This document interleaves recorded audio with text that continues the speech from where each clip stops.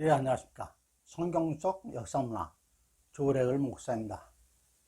오늘은 예레미야 선지자에 대해서 알아보도록 하겠습니다. 예레미야는 남유다 왕국의 패망기인 40년간 예언 활동을 하였습니다. 특히 유다의 마지막 5 왕인 요시야, 요아스, 요아김, 요아긴, 시드기야 왕, 그런 치세의 시기로 기원전 627년에서부터 574년까지 활동을 하였습니다. 예레미야 선지자가 활동한 시기는 나라가 쇠퇴하고 멸망하는 시기에 활동한 그런 아주 비운의 선지자, 눈물의 선지자이기도 합니다.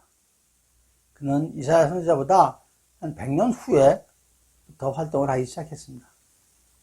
당시에 유다와 주변 국가들의 상황은 아주 매우 긴박한 상태였습니다. 남유다가 멸망할 시기였으니까 그렇겠죠. 강대 우위였던 아시리아가 쇠퇴하는 틈에 북방의 바벨론과 남방의 이집트가 자신들의 야망을 펼쳐나가기 시작합니다. 중간에 남유다가 있고 북이스라엘이 있었죠.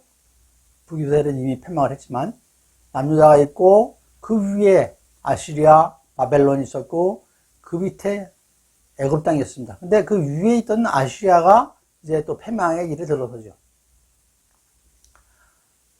바벨론의 느부갓네살 왕이 아시리아가 있던 서북방으로 진격을 합니다. 이집트도 북방 정책으로 남유다, 시리아 이쪽에 압력을 가하기 시작합니다. 그러니까 남유다는 위아래에서 그 중간에 샌드위치 시대가 돼버린 거죠. 이것의 균형이 깨진 게 무기또 전투하고 갈그미스 전투입니다. 성경 역사에서 상당히 중요한 부분을 차지합니다.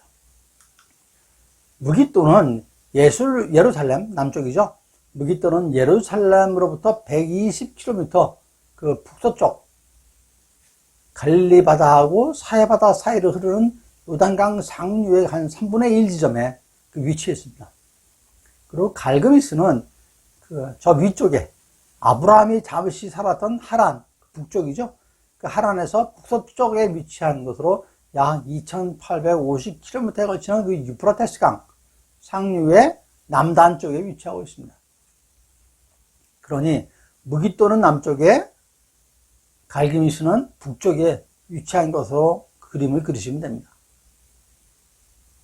그래서 갈그미스를 가려면은 남쪽에서 갈그미스를 가려면은 무기또를 거쳐가야 되겠죠. 참고로 무기또는 헬라어로 아마겟돈이라고 합니다. 요한계시록 16장 16절에 나오죠. 세계를 정말로 몰아가게 한 그 전투 아마겟돈. 아마겟돈의 히브리어 말로는 하알 메기도라고 합니다. 이는 무기또의 언덕이라는 뜻을 가지고 있습니다. 무기또 전투가 벌어질 때는 기원전 609년으로 당시 국제 상황은 남유다 16대 요시야 왕이 통치하고 있었고 그 남방에 강국 애굽하고 유브라테스 강 하류에 있는 바벨론, 그 다음에 티그리스 강 중류에 있었던 그런 아수르가 있었습니다. 아수르는 기원전 722년에 북이스라엘을 멸망시켰죠. 609년 당시는 신흥 바벨론 제국에 의해서 기원전 612년에 수도인 니느웨가 함락이 되고 하란을 거쳐서 갈그미스까지 쫓아가서 멸망당하기 직전에 있었습니다. 이때 남방의 애굽왕, 남쪽에 있는 애굽왕 바로 느고는 아수르 왕을 도와서 남하하는 바벨론을 막으려고 갈그미스로 가려고 했던 것이죠. 아수르를 도와주려고, 저 북쪽에 있는 아수르를 도와주려고 남쪽에 애굽에서 북진을 하는 것이죠. 그럼 어디가 걸리죠? 남유다가 걸려있죠. 그래서 애굽의 바로 느고는 요시야 왕, 남유다의 요시야 왕한테 사자를 보내서 얘기를 합니다. 하나님의 명을 받아 가는 길이니 거슬리지 말라. 그냥 지나가게 해달라. 라고 하는 거죠. 아수르의 재건을 원치 않았던, 북쪽에는 아수르의 재건을 원치 않았던 남유다의 요시야 왕은 북진하는 애굽 군대를 무기또에서 만나서 전투를 합니다. 북진하는 걸 못하게 하는 거죠. 요시야 왕이 이 전투에서 애석하게 안타깝게 전사합니다. 이 전쟁의 결과 애굽은 팔레스타인 지역의 주도권을 갖게 되었고 남유다는 요시야 왕의 죽음으로 급속하게 쇠퇴하는 그런 안타까운 일이 발생을 합니다. 요시야 왕의 그 죽음은 남유다 왕국의 운명을 바꾸어 놓았죠. 쇠퇴의 길로 가서 멸망의 길로 가게 됐습니다. 이로부터 4년 뒤인 그 기원전 605년 무기토 전투가 있은 후에 4년 후인 605년 갈그미스 전투가 발생했습니다. 세계 역사를 바꿔놓은 중요한 전투입니다. 갈그미스 전투는 기원전 612년에 아수르가 북쪽이죠. 북쪽에 있는 아수르가 바벨론에게 수도 니느웨를 잃고 갈그미스 성읍 중심으로 다시 세력을 정비를 합니다. 바벨론의 집중 공격에 크게 고전해서 버티고 있었는데 바벨론의 확장을 견제하려는 남방의 애굽이 바로 느고가 갈그미스 원정길에 오는 것이죠. 앞에서 말씀드렸지만 유다왕 요시야가 애굽 전투 진료를 차단하기 위해서 무기토를 봉쇄를 했지만 이 전쟁에서 요시야 왕은 전사하고 바로 느고가 승리하게 됐죠. 하지만 아수르를 도울 애굽 군대의 전력에도 큰 손상을 입게 됐죠. 바로 느고의 군대는 북진에서 멀리 먼 갈그미스까지 가서 바벨론하고 전투를 개시했지만 어떻게 했습니까? 싸움은 바벨론의 승리로 돌아가죠. 그 먼 길을 전투를 하면서 전쟁을 하고 왔는데 애굽의 패전이 된 것입니다. 또한 느부갓네살은 갈그미스의 전투의 그 승리의 여세를 몰아서 아래쪽 남유다를 공격을 하기 시작합니다. 이 공격을 통해서 바벨론 1차 포로가 이어지게 된 것이죠. 따라서 기원전 605년은 구속사나 세계사적으로 매우 중요한 그런 해였던 것이죠. 갈그미스의 전투에 대해서는 예레미야서 46장에 기록되어 있습니다. 결국에 바벨론이 승리하고 느부갓네살에 의해서 여호와긴 왕과 왕족, 지배계층, 장인들이 포로로 바벨론으로 끌려갑니다. 남유다는 바벨론의 한 지방으로 전락을 하고 맙니다. 그래서 느부갓네살 왕이 직접 통치할 수가 없으니까 그달랴에게 통치를 맡깁니다. 이러한 격변의 그 시대에 활동한 선지자가 예레미야, 다니엘, 에스겔입니다. 특히 다니엘과 에스겔은 바벨론으로 포로로 끌려가서 활동을 하게 됩니다. 이러한 유다 주변 국가들의 제국주의적인 야망의 부활과 경량 속에서도 자신의 독립을 유지하려고 애쓰는 격동의 사건들을 목도하고 또한 국수주의, 편집증, 친바벨론계, 친이집트계, 그 유다 안에서의 그 또 강경파와 온건파들 이런 투쟁을 묘사하고 이러한 가운데 예레미야가 하나님의 말씀 선포의 부름을 받은 것입니다. 그것이 예레미야 선지자요 예레미야 말씀에 나와 있습니다. 예레미야 선지자는 기원전 645년경에 예루살렘 인근의 아나돗이라는 곳에 그 제사장 가문에서 태어났습니다. 요시야 왕 치세에 하나님의 계시를 받은 것이죠. 그가 하나님의 부름을 받을 때는 불과 12살이었답니다. 12살. 예레미야 1장 6절 말씀에 내가 이르되 슬프도소이다 주 여호와여 보소서 나는 아이라 말할 줄을 알지 못하나이다. 이렇게 얘기를 합니다. 얼핏 모세를 부를 때의 장면이 떠오르지 않습니까?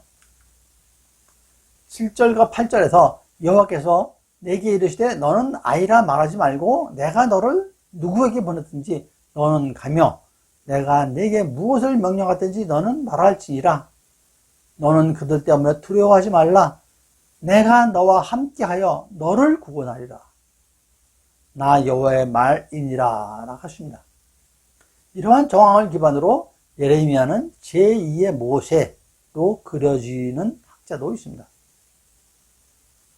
예레미야는 백성들의 회개하지 않는 마음과 사랑하는 조국인 남유다의 멸망으로 인해서 마음이 많이 아파합니다. 당시에 느부갓네살이, 바벨론이죠. 바벨론의 느부갓네살이 남유다를 바벨론 제국의 영역으로 편입을 시키고 남유다 귀족 출신의 그다랴를 갖다가 총독으로 임명했지만 남유다의 귀족들이 그다랴를 바벨론의 앞잡이라고 해서 반란을 일으킵니다. 예레미야는 그다랴를 살해한 사람들이 이집트로, 남쪽 이집트로 도망갈 때 그들에 의해서 억지로 끌려간 선지자이기도 합니다. 예레미야는 그다랴와 함께 미스바에 있다가 변을 당해서 끌려간 것이죠. 시드기야 9년 바벨론 느부갓네살 왕을 반역하자 예루살렘을 공격을 하게 됩니다. 시드기야는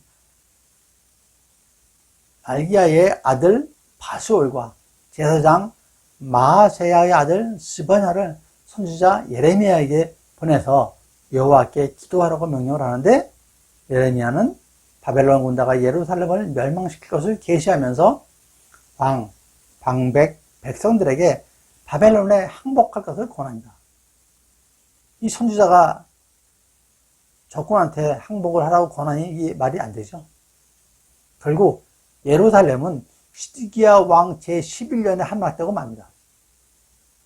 시드기야는 11년 동안 예레미야 선지자에게 임한 여호와의 계시를 무시하고 반바벨론 정책으로 결국 예루살렘의 성전과 성벽이 완전하게 파괴되고 처참한 모습으로 유배를 당합니다.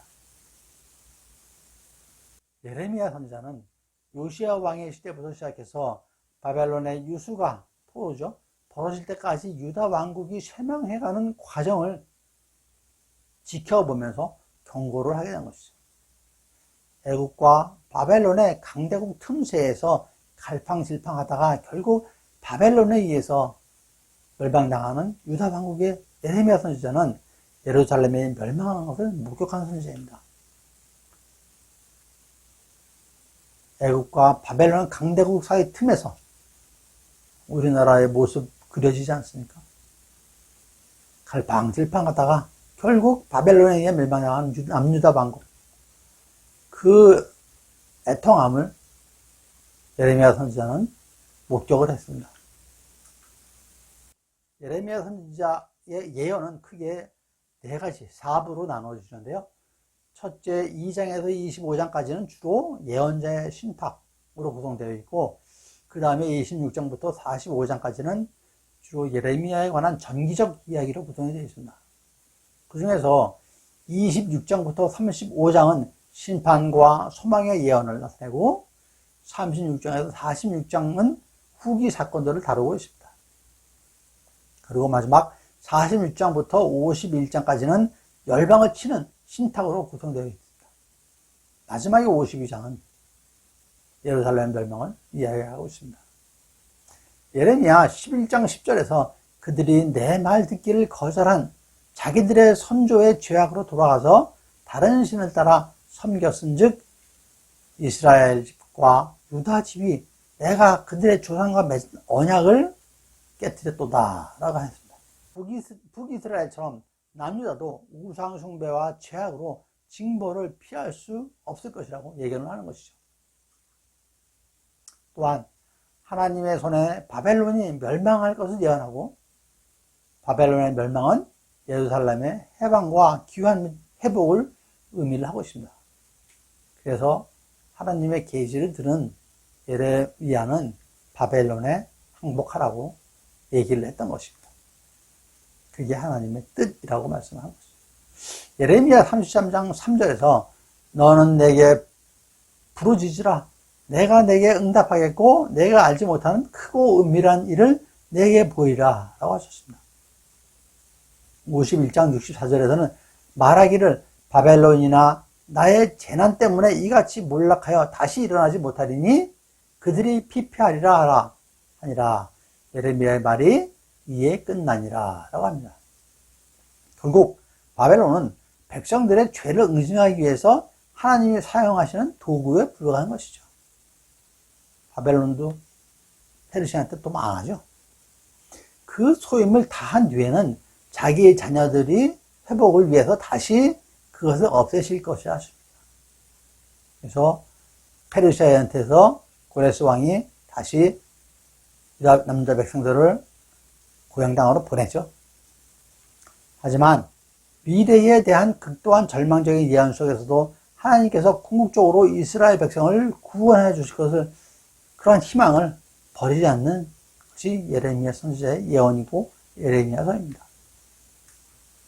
이러한 전체적인 역사적인 환경을, 또 주변 국가들의 그 상황을 아시면서 예레미야서를 읽으시면 더욱더 이해하기가 쉽지 않을까라고 생각을 합니다.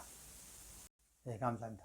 다음 시간에는 그 남유다의 다른 선지자들의 말씀으로 이어가도록 하겠습니다. 감사합니다. 성경 속 역사문화 조례을 목사였습니다.